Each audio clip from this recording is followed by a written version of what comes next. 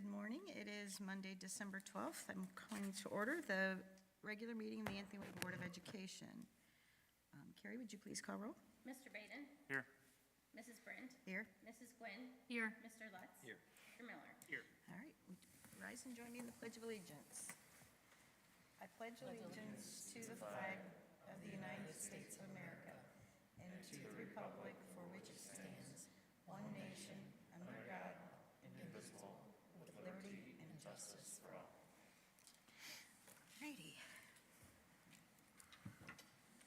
All right, the first item on our agenda, I had shared all this with you guys last week, or in an email, that we need to appoint a president pro tem. This is just because this is our last meeting for our current organization.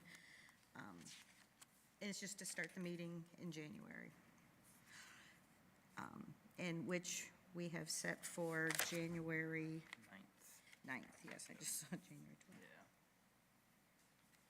Okay, January 9th at 6. If that's agreeable to everyone, I need a nomination. Yeah. What's that? So you need a nomination. I'll move to appoint Pam president and meet on the 9th. I'll second. Jeff and Kyle. All right. Carrie, would you please call roll? Mr. Baden? Yes. Mrs. Brandt? Yes. Mrs. Gwynn? Yes. Mr. Lutz? Yes. Mr. Miller? Yes. All right. Next item is to approve the minutes from our November 9th meeting. If there's any questions or comments on that, if not, I need a motion to approve our minutes. I'll move to approve our minutes. Kyle, and a second. I'll second. Troy. And Carrie, would you please call roll? Mr. Baden? Yes. Mrs. Brandt? Yes. Mrs. Gwynn? Yes. Mr. Lutz? Yes. Mr. Miller? Yes. All righty, thank you. And next item is our treasurer's report. Carrie? Thank you. First item on the agenda is to approve the monthly financials from November 2022 as presented. Item B is to approve the donations received as listed. Sorry, the second one is a grant. I'm sure you read about that in one of our updates, but from the Directions Credit Union, so pleased for those. Under item C, to approve the resolution of urgent necessity. This is for our HVAC project that we have, and basically due to the supply and demand shortage, we need to get our materials ordered so we can get this project underway. So we are waiving with this resolution the competitive bidding process and go ahead and awarding the contract to Train. So I would ask that the board approve that. Like I said, this is just part of that, the process for that particular. Can I mention something? Oh, yeah. Sorry. I was like, what? Just, yeah, as Carrie mentioned, you know, the lead time to get HVAC units in, we're hopefully going to have them in May. That's kind of what Train has shared with us, others have shared with us, you know, from other distributors, and, you know, if we can get them in May, put them in the summer, you know, that's the goal. So that's why we're asking to do this now. Because if we delay and go through the normal process, we're going to be a couple of months out to awarding a contract to purchase them, and then that's going to push it Sets it all into, back, yeah. potentially into the fall, which obviously we want heat and air conditioning and so forth, you know, school starts, and so that's the goal of going through this process. What made you choose Train? Well, when we look at almost all of our units are currently Train. Okay. Our system that controls the units works with that. And so that's one of the reasons why we did that. There's also, you know, I think Train is a good product, and Matt could share on that as well.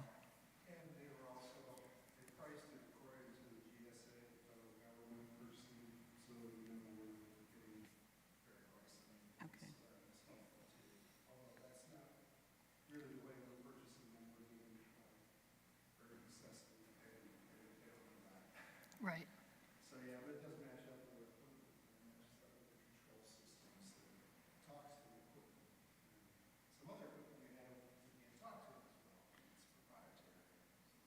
understood. Open equipment, so open protocol, so you can talk to it through Johnson Controls.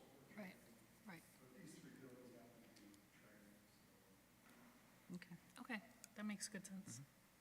And I know that I think it's 532,000, if I remember the number right. So that's a lot of money. But where I'm employed, we're looking at HVAC systems in a number of our sites and locations. And I would say that this feels like it's definitely in the right ballpark. It definitely feels fair in terms of price. The quotes that I see are much larger than this actually for different types of facilities. So this feels like I don't think we should be concerned that it's not a fair quote. Our engineer agreed with that, just an exception pricing. So I just wanted to share that because I think that's a question, right? Are we leaving money on the table? And I don't think we are. Yeah. That's one of the things that is an issue when you do the urgent necessity, you give up that, so you don't know that Right. to be, but, based on our Agreed. design professional, he was very comfortable with it, so. Thank you. Yeah, it's a not to exceed 532,000, so. Okay. Next item on the agenda is to approve the design professional, and this is for our K-12 security grant, the Secure Command and Control Center project, that we got $450,000 for.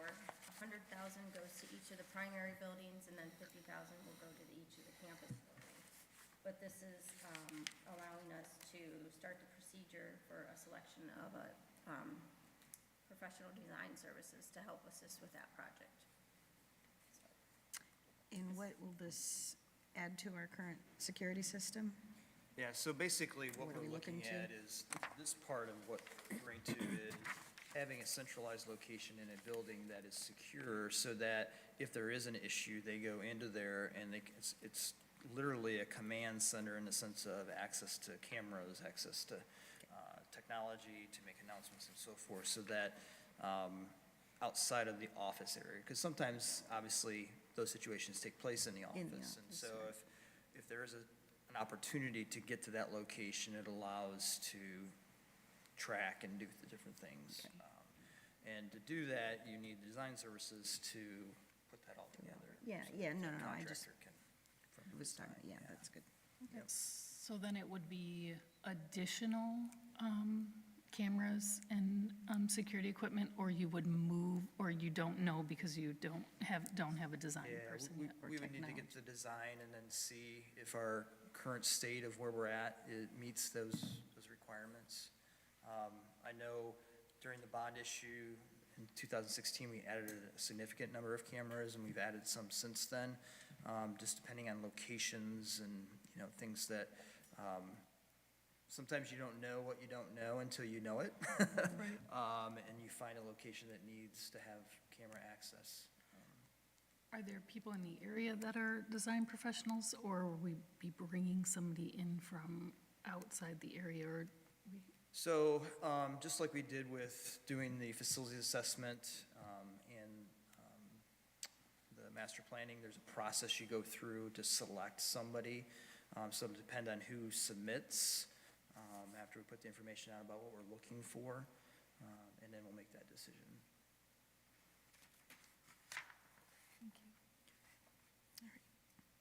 Any other questions on that?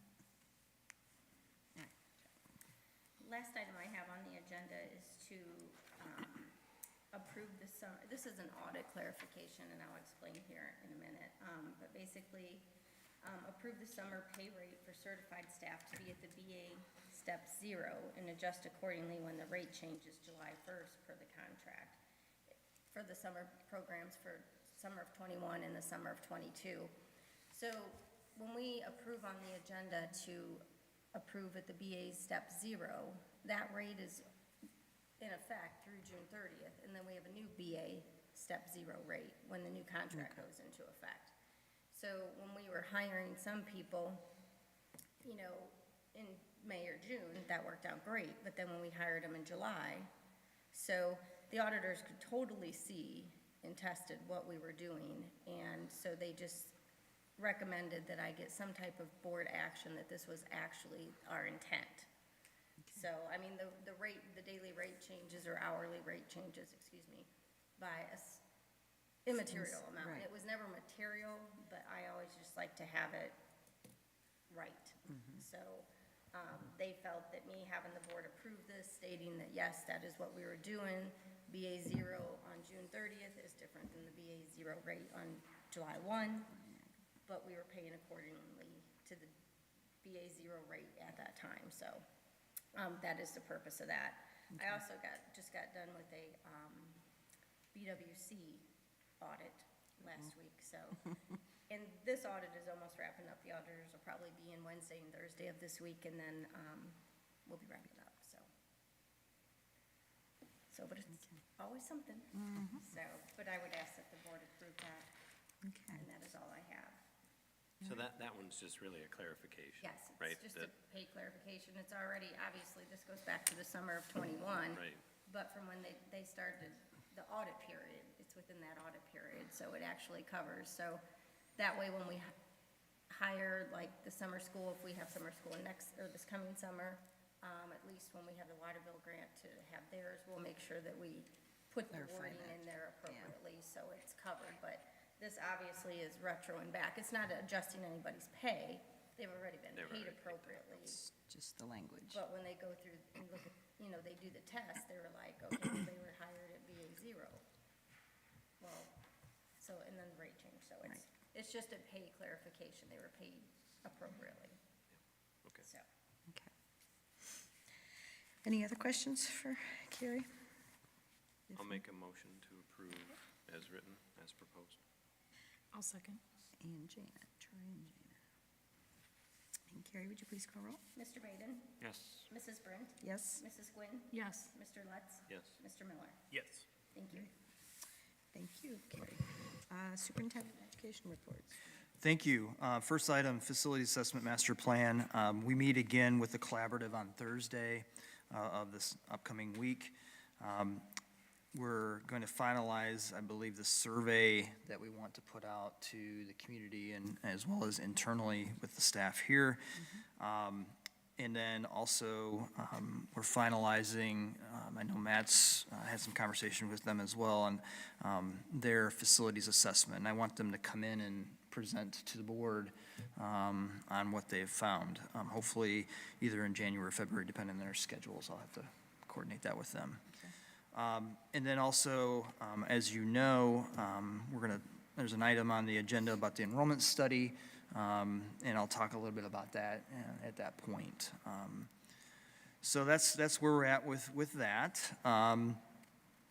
The strategic plan, Kevin and I had scheduled meetings for like a mid-year review of where the administrators were and directors were with the goals, specifically 1, 2, and 5, looking at their work that they had done up to that point, as well as what they were planning to do over the next 5 to 6 months as we finish out the school year. I think very productive meetings, good information. I think as I look at it, they're doing some phenomenal things within each of those areas. And my goal is to summarize that into a document and share that with you, so you get an idea of some of the things that are going on within each of those goal areas. So hopefully I'll get that done this week and get that out to you. The next item, which is a part of the strategic plan, is I'm going to have Rebecca present to you some information on the survey that she had put out, and we'll go from there. I'm going to turn on the projector.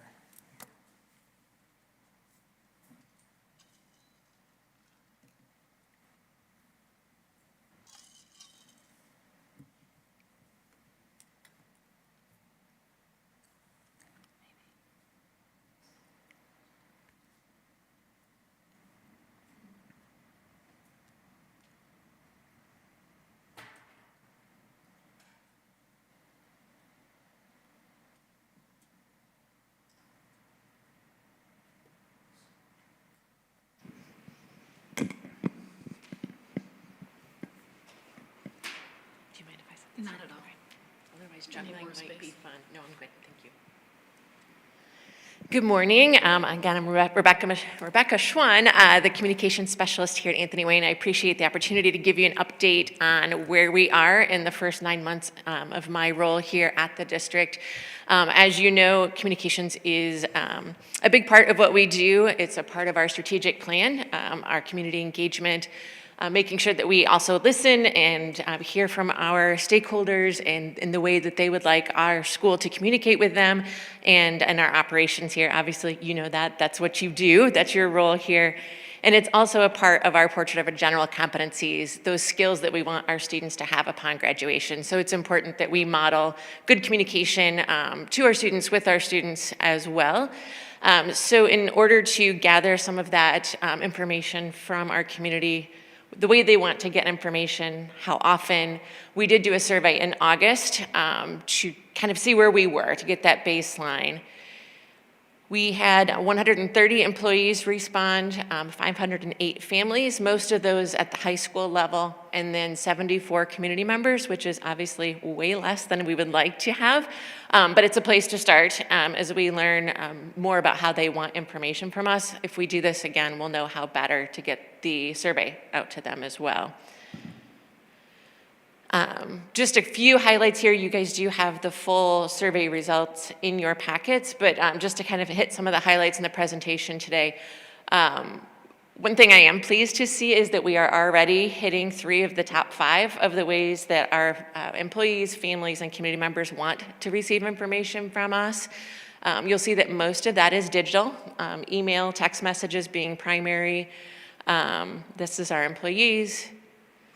Families, the same, digital newsletters, email, website being primary, and the same for community members. Digital is their top 3, and we are hitting those very well. We do not currently send text messages out to staff, families, or community outside of 2-hour delays, emergencies. We've been respectful of that in the past as not being the primary way to communicate, but it's something to explore now going forward that we see that, and I'm curious about how much and what information they'd like to receive via text message. So there's room to learn a little bit more about what that might look like. And then mailed newsletters is on the list too, and I've started some research into what that looks like, what our mailing options are, what other districts are doing and their frequency as well. So there's been some initial research there to be able to scratch that itch for them too. And the way that our staff is engaging with the information that they receive from the district, most are saying that they find information that they're receiving helpful, and that they read everything that comes out. And then there's only about 9 that responded that said they're not getting enough information. So again, most people are generally satisfied with what they're getting. It's just somehow like the way we are doing it is where we need to improve. And you'll see that too as we go further into the presentation. But our families, for the most part, are finding the information they receive helpful. And again, it's a little bit subjective, right? If you're a first-time kindergarten mom, you're wanting more information. It's a little easier for you to read everything that comes in rather than being a parent that has multiple children across multiple schools and then varying grade levels. So sometimes we're learning that they're drinking from the fire hose and getting information from us, and it's hard to discern what's important and where they saw that information. Again, with the community, anywhere from neutral to highly satisfied, we're, again, small sample size, but most of the people who responded are fairly pleased with the information that they're getting about different areas across the district. And then as far as frequency, this was asked of employees from the district level, families from the classroom, the school, and the district level, and then the community members from the district level. And for the most part, weekly was the top preference. Obviously, community members, weekly or monthly updates, they thought were sufficient.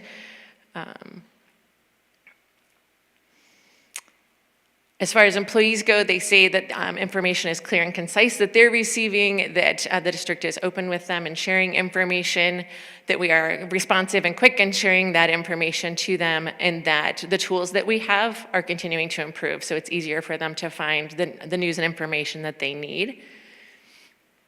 And as far as improvements, streamlining and consistency across buildings, which again, we're seeing over and over, is just, let's clarify, let's reduce the number of communications and do better in the way we present that information. And giving more of the how and the why that we're doing things, excuse me, instead of just what's happening. A little bit more in-depth information. Some are saying more frequent, and then put everything on the district calendars and rely less on Twitter to get that information out. The families say that communications, again, are clear and professional, that timeliness and transparency are improving, and that we're doing well there. The content they receive is relevant to what they are looking for, and at the website, it continues to improve. But again, here, too many repeated messages, too much frequency, getting that information overload. What we're learning is they want more of what students are learning, more of the classroom things. The events are great, and they want that information, but more about what's going on in the classroom, because kids just don't talk to their parents. If you've raised kids, you know lunch was good, their friends are good, and recess was fun. So this way they can kind of get that peek into the classroom. Parents have said they love photos. They like to be able to see what their students are doing, especially when they're not talking to them. So it gives them that dinner time conversation, those questions to start that conversation with their student. Community members too say that we're doing a great job of getting information out in different ways. We're responsive when they send in requests or have concerns. That the website is now being kept up to date.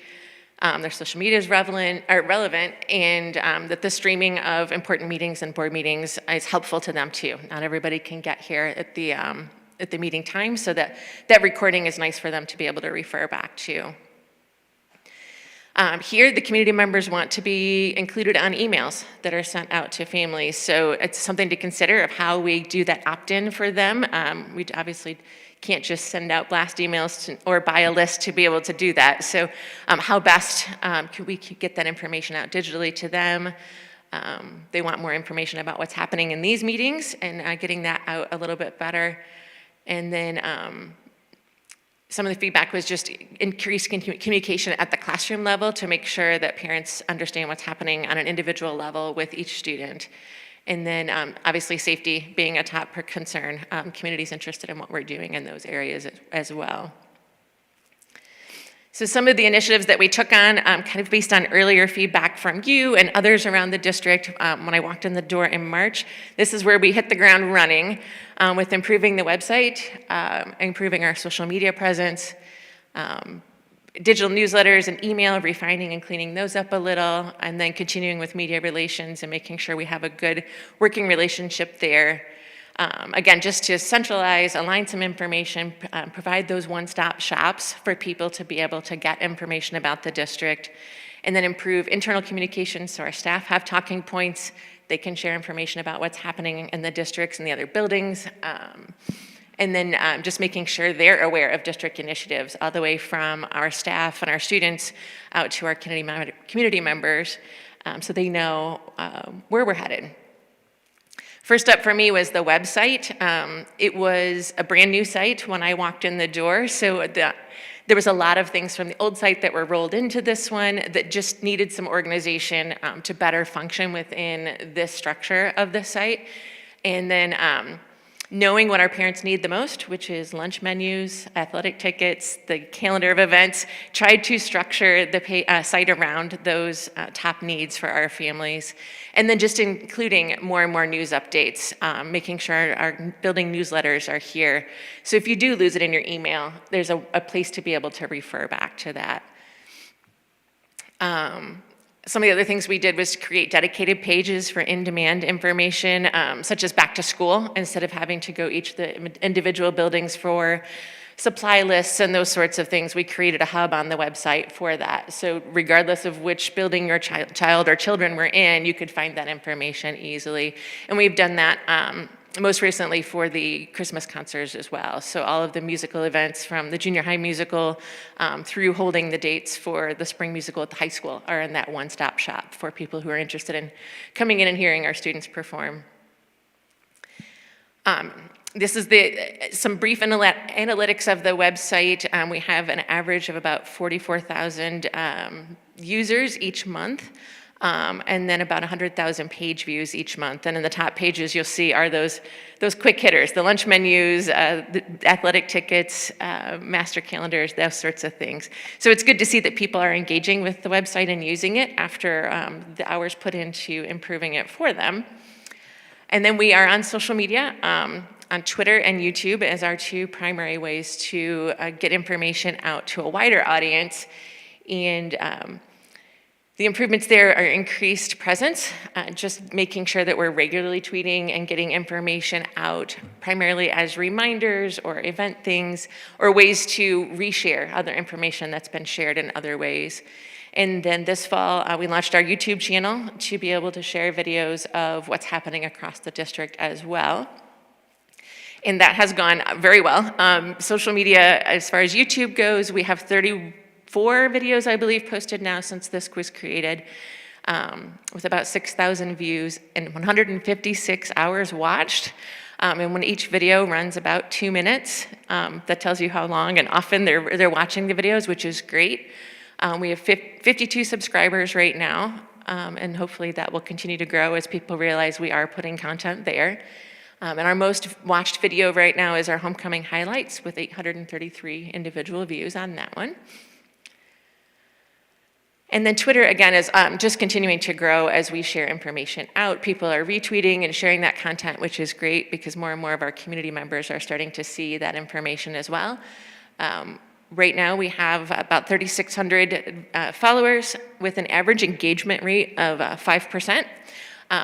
Which is pretty exceptional, and I think it just has a lot to do with our community and that desire to be engaged with the schools. For most organizations, they say a 1% engagement rate is considered excellent. The fact that we have 5% is really great. It's great to see that our community is engaged in sharing the information about our schools. And then last month, our top tweet was about Peyton Tully, our student who is working with the athletics department to help promote their events. And it was just a short student spotlight to share that we have students doing great things like this. And 8,000 people saw that video tweet. And again, it just goes to show that they're interested in what our students are doing and the type of activities and learning that they're taking part in across the district. And then one of my other priorities was to make sure that our staff was informed in what's going on across the district. So to replace our quarterly update that went out, we've created a digital magazine-style newsletter that goes out to staff each month. In that is information about the activities and learning that's happening across the district, staff highlights, new births, retirements, all of those community type of things that happen among staff, grants and other awards received, but also this is a place where we are talking more about our strategic plan, some of the goals that we have, initiating those portrait of a general competencies from the staff level down, and to give them the tools that they need to grow and then be able to help their students as well. Also in that, we have improved our digital communications with parents to brand those out to make them all look similar and just to help streamline the way we are sharing information out. We're still in the progress on that, but making sure that information is in bullet points with links to other information. That's what we're hearing back from parents is fewer words, more links. We can help ourselves to information, we just need to know where to find it. So the General's Bulletin is our employee newsletter.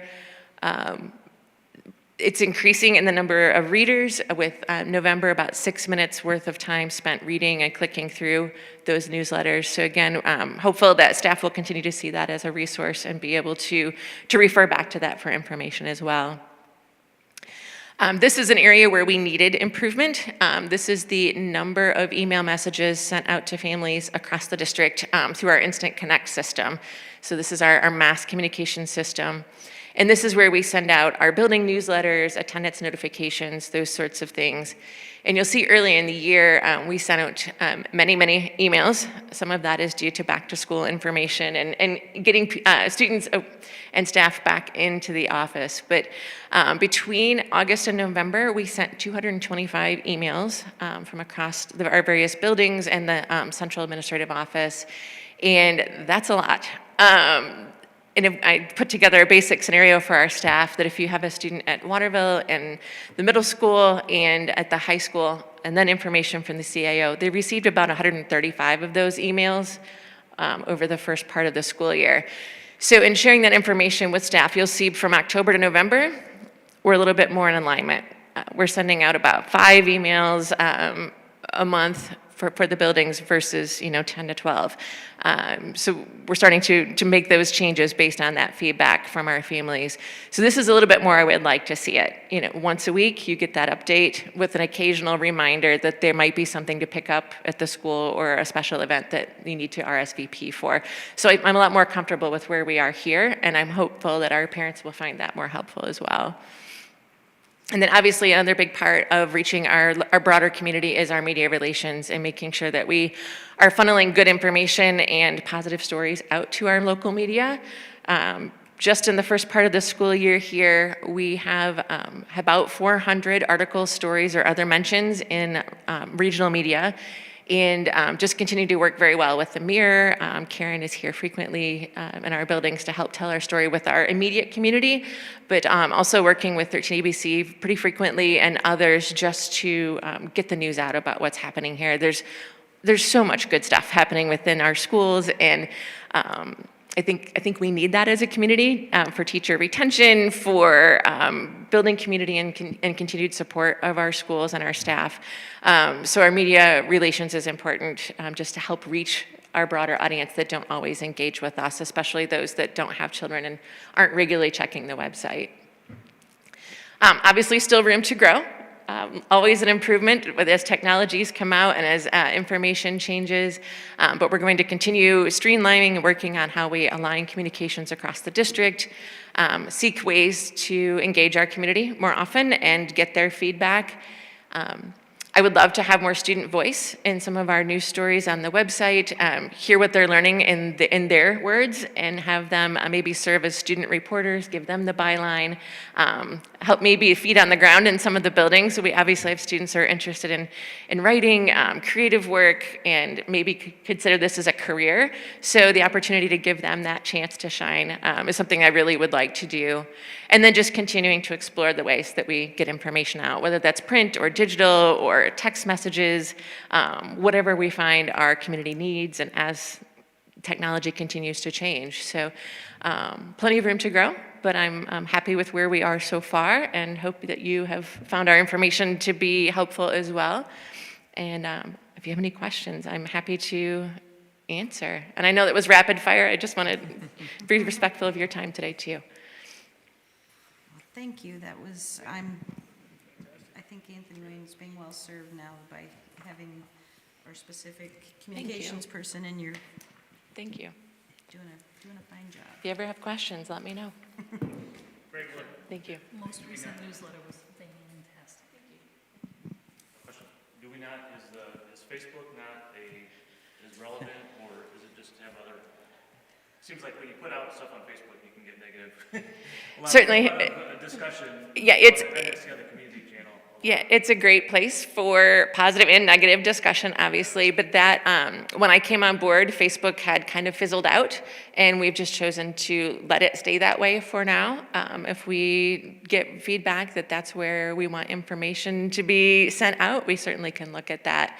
But again, sometimes Facebook can be a place where more negativity is shared than positivity. Not necessarily a bad thing. Feedback and conversation are good, but I just want to make sure we're doing that in a positive way, and that if people have concerns, I'd rather they reach out to us than take that to a community discussion. But obviously, if that's a request of our district, we certainly can look at that. Okay, thank you. Thank you, Rebecca. Appreciate that. She's definitely helped us, obviously improve our communications, being one of the goals of the strategic plan. I think, just bring a different viewpoint in on how we communicate either daily, weekly, monthly, as an organization, internally and externally.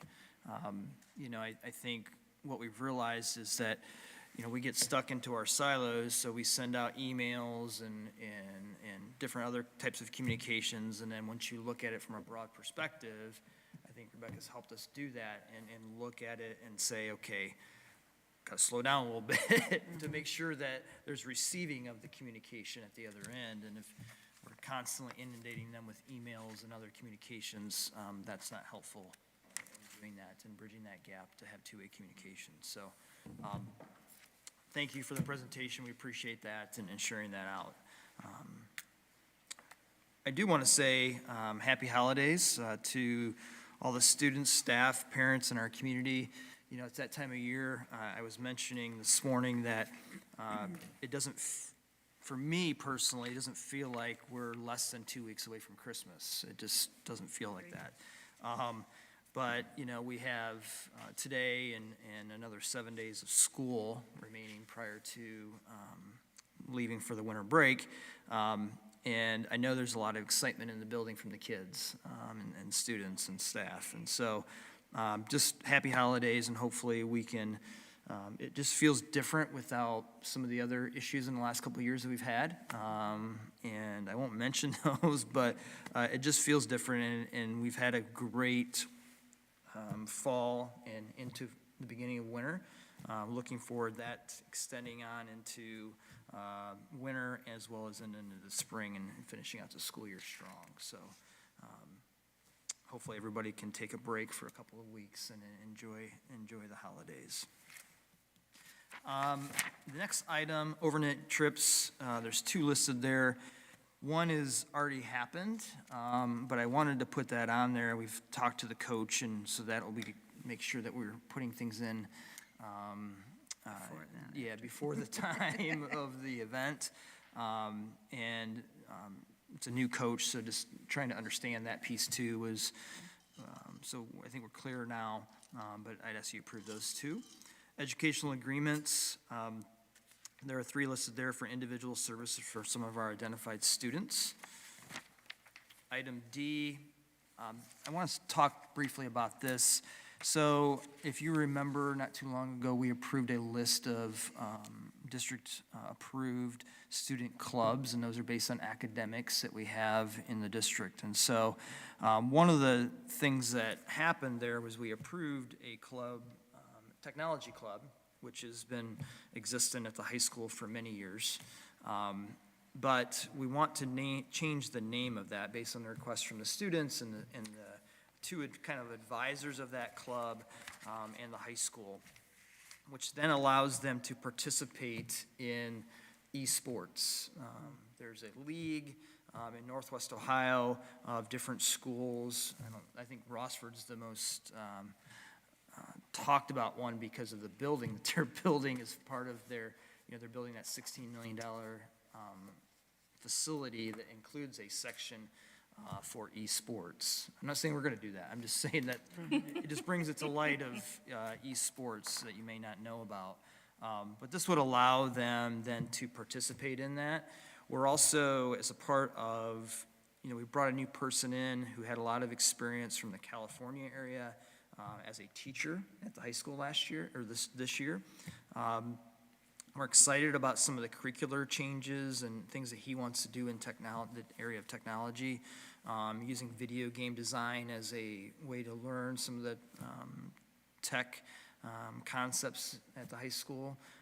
And so it does become part of the academic piece as well. And so that's why I'm recommending that you approve that name change. And we add that to our list on there. Plus the fact that, like I said, that, there are opportunities for our students to participate in some team video game. I kind of like that piece because a lot of kids, when they play video games, they're playing as an individual. And this is going to be helpful in developing some team concepts within these students and their participation in that. Item E is the enrollment study, and working with the collaborative, they had brought to me a couple of proposals of different companies in the state of Ohio. This is the company that we used previously back in, I think, 14, 15. Their name has changed. It was Dijon Richter at that time. Now it's Cooperative Strategies. And I think at a very reasonable price. I'm asking that you approve me to enter into a contract, because I don't have the contract in my hand as of yet, I'm supposed to get it today, that not to exceed $8,000 for that service. They'll go through, they'll look at all the housing markets, they'll look at data trends as far as people coming in and out, birth rates, all of that kind of stuff, and making an assessment of what are obviously looking at our enrollment trends over the last 10 or so years, and then put projections in our hands so that we can see that and use that as we talk about facilities moving forward. So I do think it's time. It's been about 8 years or so since we did that. Do they speak within the district too, as far as us being here and having knowledge? I know last time there was some Yeah, you know, faux pas. yeah, so I think what we want to do with them is, you know, provide all the data they're seeking. Some of that they get themselves, some of that we collect. We've actually started to do that with, you know, I have a spreadsheet of the information that I get from Lucas County as far as housing starts. That's primarily, though, focused in the Monclova area. We have to reach out to White House and to Waterville, which we have, to get that information from them. You know, some of the townships don't keep track of that. Right. You know, because there's not the development that you see in Monclova Township, White House, or Waterville. Right. So, you know, we're piecing that together. Lucas County keeps some of that data for us, so we can Why pull aren't they that. all inclusive? Yeah, that's a conversation that's- for the yeah. county, yeah. And it just depends That on, doesn't seem- yeah, so, you know, one of the things that I do keep track of, just the communications that come out from the Mirror from Monclova Township as well, and they're very good about getting me that information anytime I ask for it.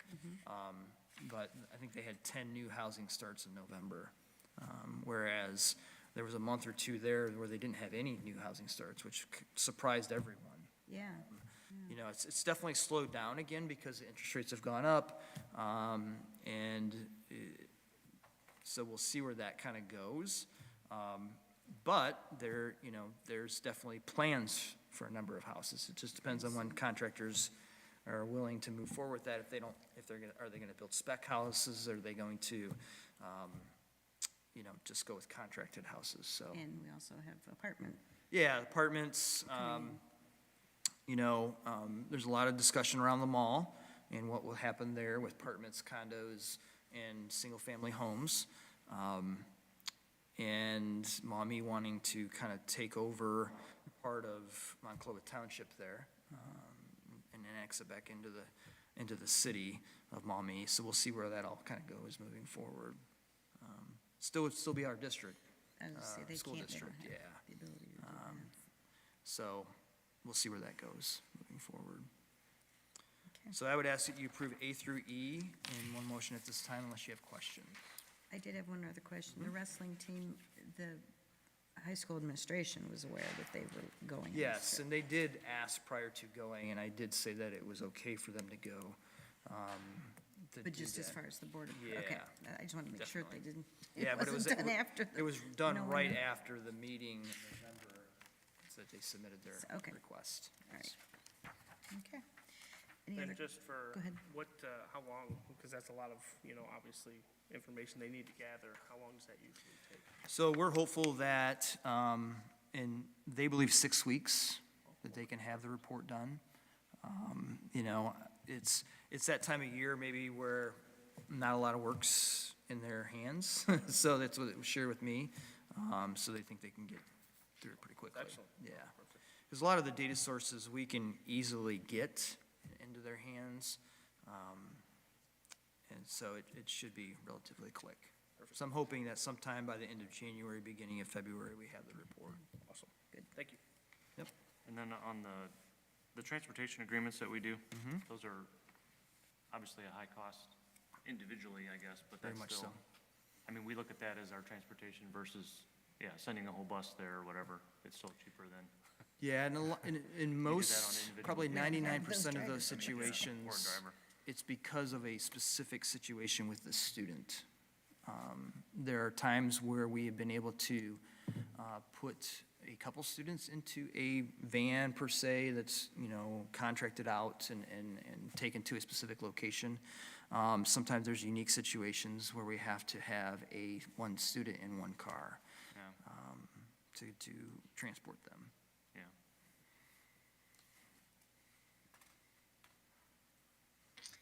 Are most of these daily? Yes. Okay. Yeah, and, you know, it's the balance, right, of when we educate students, some students are, you know, to have them come and be transported and come and be educated and then go back home, you know, we're maybe talking $3,000 or $4,000 for the whole year. Right. Whereas some students, because of specialized services, could be in excess of $100,000. You know, if they have a nurse, if, you know, those types of things are all a part of that.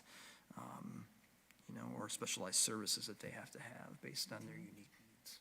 And transportation? Yeah, transportation is obviously part of that. Right, right. Okay. Any other questions? If not, I need a motion to approve the superintendent. I'll move to approve as proposed. I'll second. Kyle. And Carrie, would you please call roll? Mr. Baden? Yes. Mrs. Brent? Mrs. Gwynn? Yes. Mr. Lutz? Yes. Mr. Miller? Yes. All right, thank you, Jim, on that. And now your personnel recommendations. Yes, thank you. Resignations and retirements. I do want to mention Taylor Gambriel. His last day was Friday. He's moving to, I believe, Fort Wayne, if I'm correct on that, with his wife, who, she had gotten a different job, and so he has also gotten a different job there, and they'll be moving there. So we appreciate his service to the district. Cynthia Van Way is retiring. We appreciate her service as a media center specialist at the high school. Jim Chipka, you know, many of us know Jim, outstanding teacher, great person. Same thing with Carolyn Votsberger at the high school, you know, former softball coach and so forth, and just a great math teacher. So we appreciate all of their service over the years. You're going to start to see that, right? You're going to see some more come in here in the next couple of months as we have those who are eligible and our opportunities to take that retirement and to move forward in what they want to do. So we appreciate all of their service to the district. Item B is employment. We have a person being hired as a custodian. Item C, substitute employees as listed for the various positions there, and some tutors as well within that. Volunteers are in item D, as listed for, most of those are specific to a building and/or to a sport as volunteer coaches. Item E, limited supplemental contracts, so we're starting to fill out our spring, some of our winter, but mostly spring sports as we move forward into those seasons. Excuse me. Item F, supplemental contracts for those 4 individuals as listed. And then item G are contract amendments per Mr. Herman and his recommendations. So I'd ask that you approve A through G in one motion unless you have questions. Anything on that? If not, I need a motion to approve. I'll move to approve those. And a Second. second? I'll second. Jana. And Carrie, would you please call roll? Mr. Baden? Yes. Mrs. Brent? Yes. Mrs. Gwynn? Yes. Mr. Lutz? Yes. Mr. Miller? Yes. All right. Well, seeing as we have no visitors, I mean, thank you for coming, but I guess we can skip that one. Yes. And our final thing would be adjournment. I need a motion to adjourn our meeting. I'll make a motion to adjourn. Kyle, and a second. I'll second. Jeff. All right, Carrie, would you please call roll? Mr. Baden? Yes. Mrs. Brent? Yes. Mrs. Gwynn? Yes. Mr. Lutz? Yes. Mr. Miller? Yes. Alrighty, our next meeting is our organizational meeting at the end of the